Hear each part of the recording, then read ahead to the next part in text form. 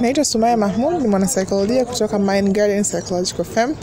Kwanza kabisa, afya ya akili imekuwa na mitazamo tofauti kwa jamii tunazotoka, lakini pia kwa unyeti wake, kwa maana ya pamoja ni kwamba ni utimamu wa mtu kiakili, kihisia na kuweza kumudu mihemko. Inaweza kuwa ya chanya au hasi.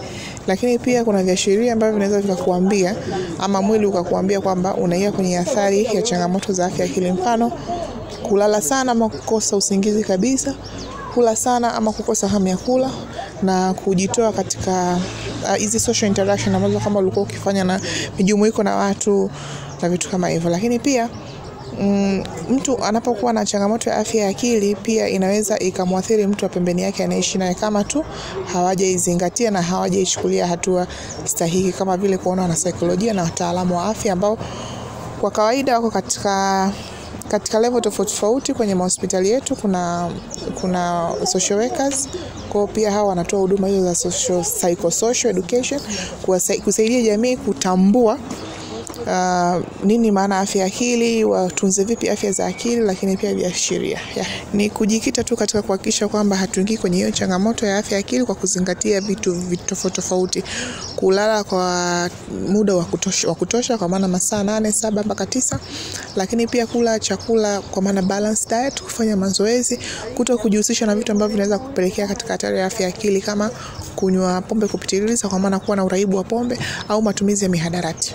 Katika kuhakikisha kwa pamoja tunasaidia kundi zima la vijana. Hawa ni wadau ambao wamejitokeza na tunawashukuru. Wadau waliojitokeza DSW katika kuhakikisha kwa pamoja wanaunga mkono juhudi za serikali ili kuwafikia vijana ambao vijana hawa ni tegemeo la taifa la sasa, lakini zaidi taifa la kesho. Na ndio maana serikali imewekeza sana kwenye maeneo hayo ya watoto, lakini pia na vijana. So wadau hawa kwanza tunashukuru kwa kujitokeza kuunga mkono juhudi za serikali katika kuwafikia vijana. So na sisi kwa sehemu yetu, kwa maana ya wanahabari na maafisa habari, sisi ambao ni daraja kati ya wali watumishi huku, lakini pia wananchi kule hapa katikati, nadhani nafasi kubwa ni kuhakikisha kwa pamoja tunaweka mnyororo unakuwa wa thamani kweli ili kuhakikisha kwa pamoja tunafikia vijana. Naweza nikasema kila jambo lina wakati wake. So ni wakati wake sasa kwamba tushirikiane na wadau ambao si wa kiserikali, wadau, na nafikiri ni wakati mwafaka sasa hata wadau wengine wajitokeze kama wanafikiri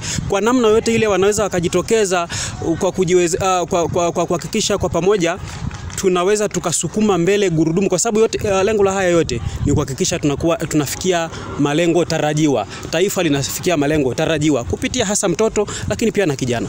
Nimeongeza jambo kubwa sana kwa sababu kuna vitu tunavifanya kwenye maisha ya kawaida tunaweza tukadhani kwamba ni la kawaida, lakini kumbe likiendelea kuwa la kawaida linatengeneza tatizo kubwa kesho. So ambacho najifunza, nikiona jambo ambalo si la kawaida kwenye afya yangu, iwe ya akili ama ya mwili, natakiwa kuchukua hatua.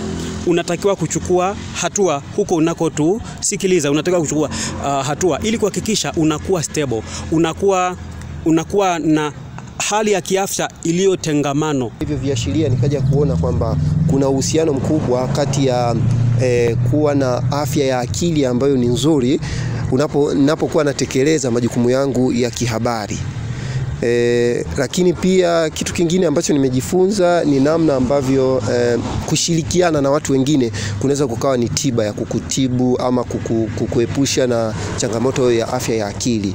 Lakini pia vitu kama kulala kwa wakati ama kupata muda mzuri wa kulala. Tunajua sisi wanahabari tuna mambo mengi. Kuna wakati unaweza kurudi usiku sana, ukalala masaa 2, 3, saa 11 uko tena kazini, inafuatana na kazi unayofanya. Kwa hiyo unakuta tunakosa muda wa kupumzika. Lakini kupitia mwasilishaji wa mada ya afya ya akili ameweza kutuelezea namna ambavyo ukipata muda mzuri wa kulala, basi akili yako, ubongo wako unaweza kufanya kazi kwa uzuri ama ule weledi ambao ulitakiwa.